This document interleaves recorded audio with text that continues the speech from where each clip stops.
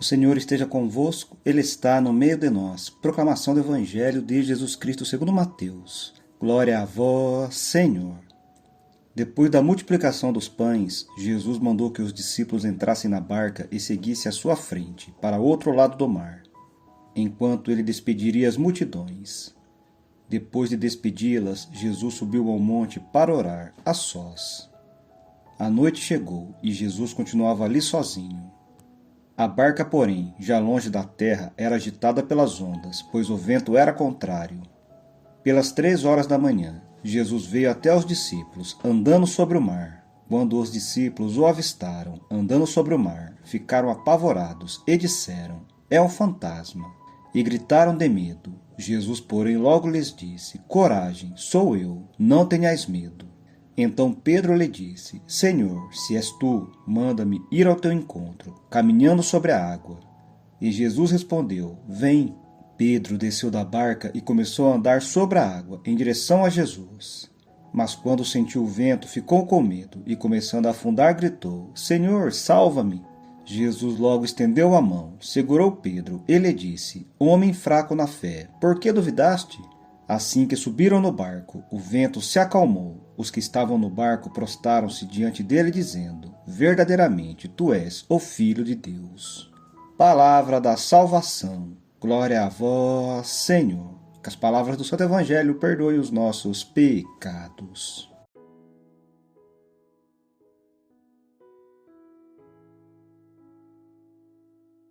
Amados irmãos e irmãs, nós vamos meditar o Evangelho de São Mateus e vamos contemplar Jesus, que caminha sobre as águas e manifesta o seu poder, diante dos discípulos com muito medo e desanimados. O Senhor mostra para eles que Ele é, verdadeiramente, o Senhor da criação e de toda a vida. O cenário que nós vamos ver em todo o Evangelho é o da tempestade que provoca medo, insegurança, mas também a fé a partir do encontro profundo com Cristo. Hoje, Jesus nos diz: "Coragem, sou eu, não tenhais medo."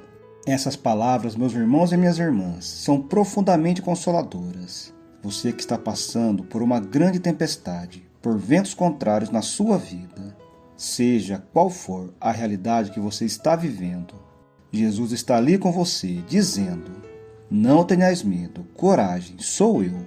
Os discípulos estavam no meio do mar, enfrentando ventos contrários.